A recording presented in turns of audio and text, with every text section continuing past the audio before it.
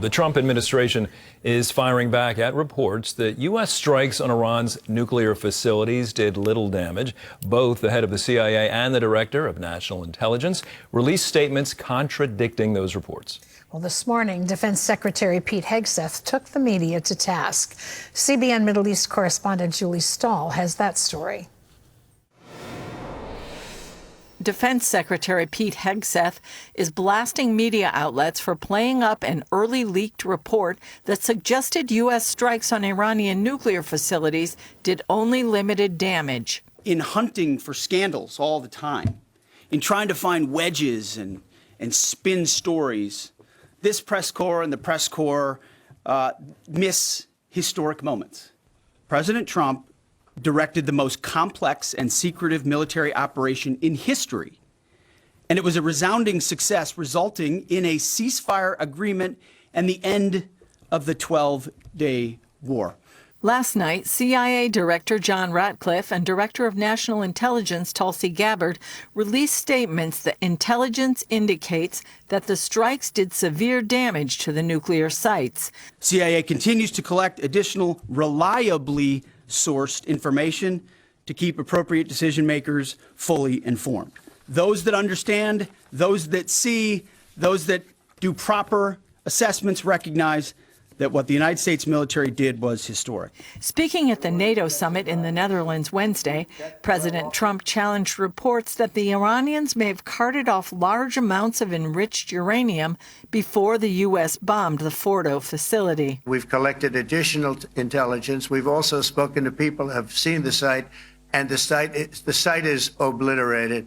And we think everything nuclear is down there. They didn't take it out. Trump announced U.S. officials will meet with the Iranians next week, though he no longer believes a nuclear agreement is necessary. Trump's Special Mideast envoy Steve Witkoff says Iran must give up any plans to ever again enrich uranium and weaponize it. He also announced the Abraham Accords will soon expand, with surprising nations expected to join and make peace with Israel.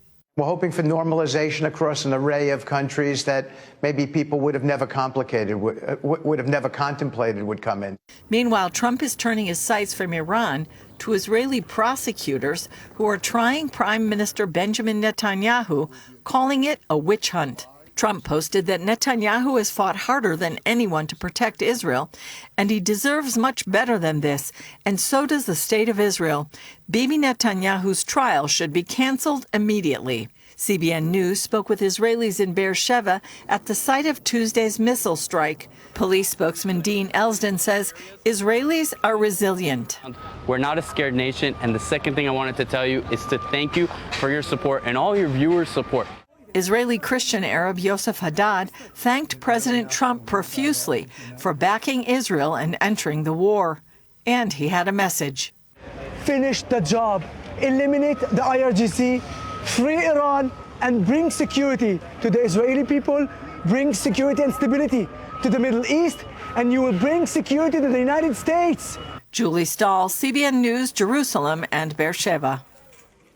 As Julie mentioned, it was a fiery press conference this morning with Secretary Hegseth and the media he even took on. There was an exchange with his former colleague at Fox News. It was a heated time. By the way, the Iran's supreme leader has waited in making his voice heard, first public comments since the ceasefire. He said the U.S. achieved no gains from this war and the Islamic Republic was victorious and in retaliation delivered a hand slap to America's face. He's obviously referring to the missile attack in Qatar on Monday, in which there were no casualties, by the way. And it is reported the U.S. and Qatar were given a heads up of the incoming.